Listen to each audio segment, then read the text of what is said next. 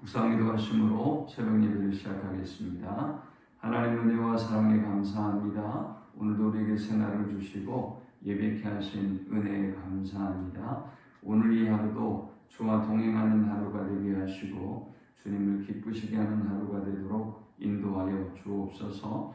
우리가 가지고 온 모든 인생의 무거운 짐과 문제들은 주께서 담당해 주시고 우리가 알지 못했던 크고 은밀한 방법대로 역사하시고 일하시는 하나님께 모든 걸 맡기고 승리하는 하루가 되게 하여 주옵소서. 오늘도 주의 자녀들의 오가는 모든 발걸음들을 세밀하고 안전하게 지켜주셔서 어떤 해함도 상함도 없도록 하나님이 천군 천사 동원하셔서 보호하시고 인도해 주옵소서.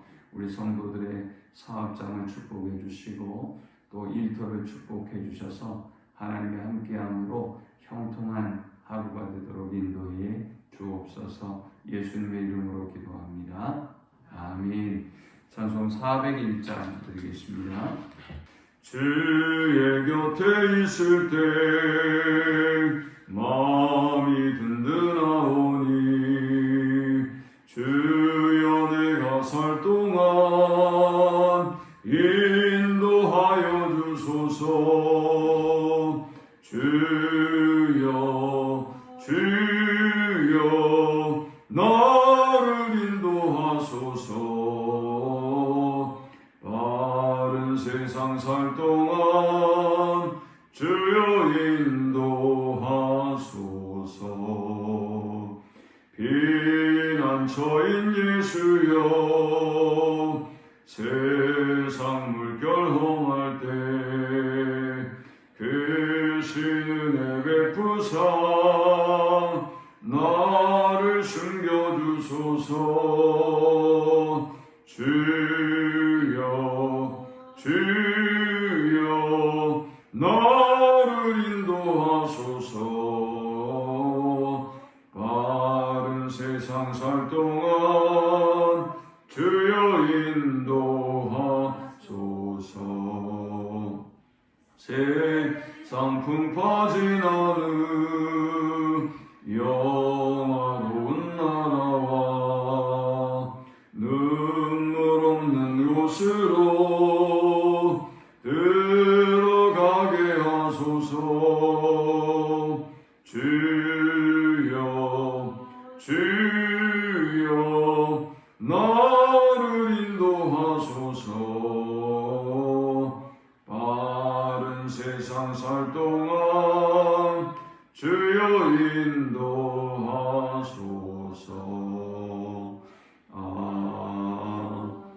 아멘.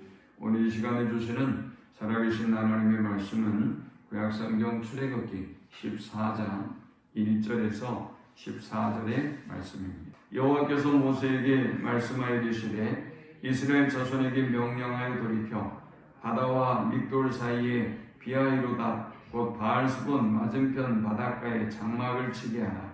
바로가 이스라엘 자손에 대하여 말하기를 그들이 그 땅에서 멀리 떠나 방에 갇힌 바 되었다 하리라. 내가 바로의 마음을 완악하게 한즉 바로가 그들이 뒤를 따르리니 내가 그와 그의 온 군대로 말미암아 영광을 얻어 애굽 사람들이 나를 여호와인 줄 알게 하리라 하시매 우리가 그대로 행하니라.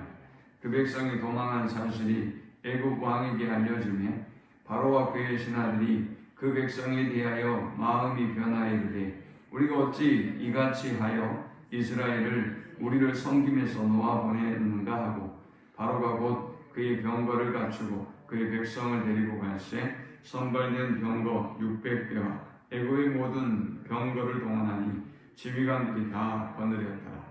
여호와께서 애굽 왕 바로의 마음을 완악하게 하셨으므로 그가 이스라엘 자손의 뒤를 따르니 이스라엘 자손이 담대히 나갔습니다.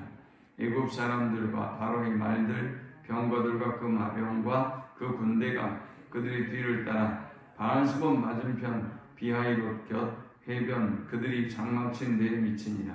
바로가 가까이 올 때에 이스라엘 자손이 눈을 들어 본즉 애굽 사람들이 자기들 뒤에 이른지라. 이스라엘 자손이 심히 두려워하여 여호와께 부르짖고 그들이 또 모세에게 이르되 애굽에 매장지가 없어서 당신이 우리를 이끌어내어 이 광야에서 죽게 하느냐? 어찌하여 당신이 우리를 애굽에서 이끌어내어 우리에게 이같이 하느냐? 우리가 애굽에서 당신에게 이른 말이 이것이 아니냐? 이르기를 우리를 내버려두라. 우리가 애굽 사람을 섬길 것이라 하지 아니하더냐? 애굽 사람을 섬기는 것이 광야에서 죽는 것보다 낫겠노라. 모세가 백성에게 이르되 너희는 두려워하지 말고 가만히 있어서 여호와께서 오늘 너희를 위하여 행하시는 구원을 보라. 너희가 오늘 본 애굽 사람을 영원히 다시 보지 아니하리라. 여호와께서 너희를 위하여 싸우시리니 너희는 가만히 있을지니라. 아멘. 하나님께서 친히 10가지의 재앙을 통해서 이스라엘 백성들을 출애굽하도록 만드셨습니다. 이전 13장에 보면 여호와께서 큰 권능으로 행하셨다 이렇게 말씀하셨단 말이죠. 결국 이스라엘의 구원을 위해서 그들이 한 것은 아무것도 없어요. 그렇지 않습니까? 그들이 뭘 한 게 있어요? 하나님이 싸우시고 10가지 재앙을 통해서 애굽을 초토화하시고 전리품까지 취하셔서 나올 수 있도록 하셨던 분은 하나님이에요. 다 하나님이 하신 거예요. 우리의 구원의 역사도 마찬가지잖아요. 저와 여러분이 우리를 구원하기 위해서 한 일이 뭐가 있어요? 하나님이 다 하신 거죠. 자, 그리고 이제 출애굽이 시작됐습니다. 그런데 출애굽의 여정도 하나님이 14장의 끝부분에 보니까 구름 기둥과 불 기둥을 보내셔서 그들을 보호하시고 인도하시고 함께 하시겠다고 말씀했습니다. 그리고 이제 그 구름 기둥과 불 기둥의 인도를 따라서 행하고 있습니다. 그런데 문제가 생겼어요. 하나님이 가자고 부르셨고 하나님이 구름 기둥과 불 기둥으로 인도하신 여정인데 이제 문제가 생기고 위기가 찾아왔습니다. 저 3절에 보니까 바로가 이스라엘 자손에 대하여 말하기를 그들이 그 땅에서 멀리 떠나 광야에 갇힌 바 되었다 하리라 했어요. 이스라엘의 여정을 보니까 이 사람들이 바알스본 맞은편 바닷가에 장막을 쳤는데 바로가 생각건데 얘들이 지금 길을 헤매고 있다. 얘들이 지금 갇혔다라고 생각을 한 겁니다. 그리고 여기에서 한 걸음 더 나갔어요. 5절에 보니까 마음이 변했습니다. 이 사람들이 애국 왕 그리고 신하들이 마음이 변해서 이스라엘 백성이 우리를 잘 섬겼는데 우리가 괜히 그들을 놓아주었다라고 생각하고 이제 바로가 군대를 동원해서 모든 지휘관들과 더불어 이스라엘을 추격하기 시작합니다. 자, 우리의 신앙에서도 이런 위기와 어려움들이 많이 찾아오죠.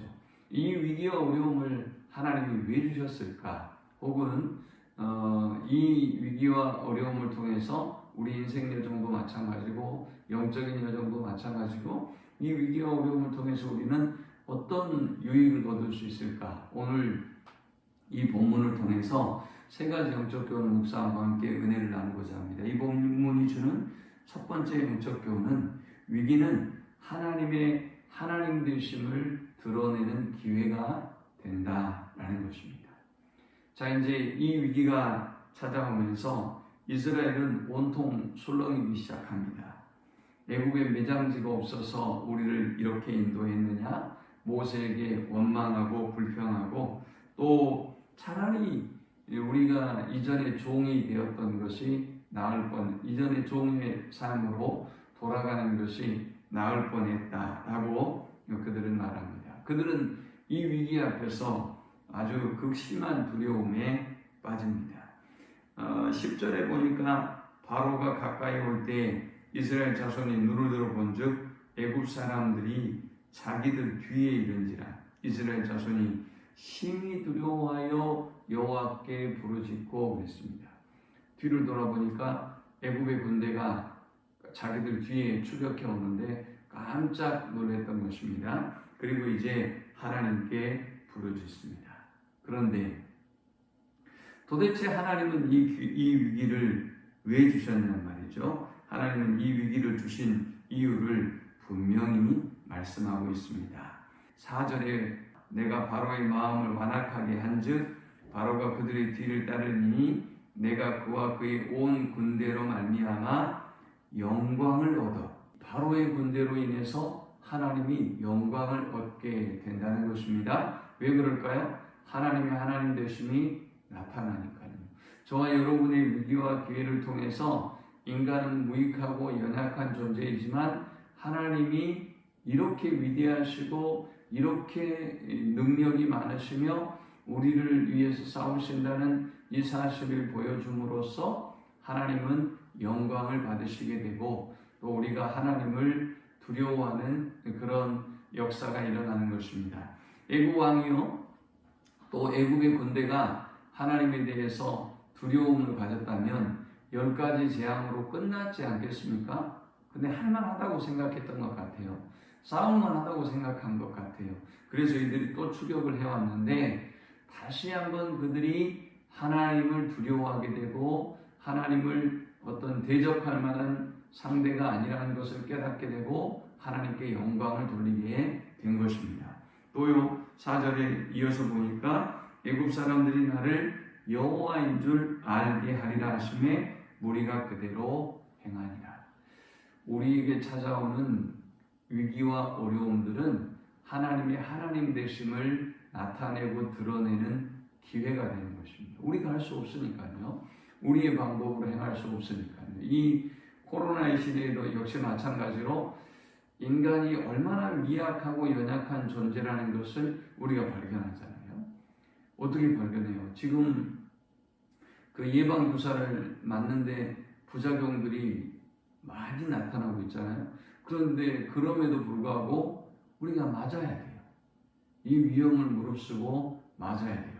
코로나를 우리 힘으로 해결할 수도 없고요. 부작용이 나타나는 많은 사람들을 보면서도 안 맞으면 더 위험하니까 어떤 문제가 발생할지 모르니까 우리가 또 위험 부담을 안고도 또 맞아야 되는 이런 아이러니한 상황이 우리에게 있단 말이죠. 이런 상황을 통해서 우리가 발견하게 된 게 뭡니까? 하나님 앞에 인간이 얼마나 연약한 존재인지를 알게 되고요.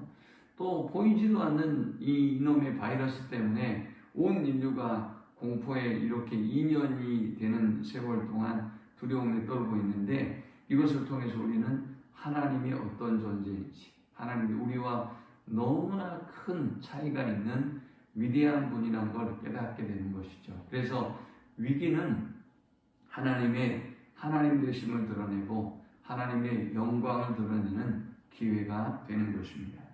두 번째 우리가 이 본문을 통해서 얻을 수 있는 영적 교훈은 위기는 환경과 상황에 대한 두려움을 하나님에 대한 두려움으로 바꾸는 기회가 된다라는 것입니다.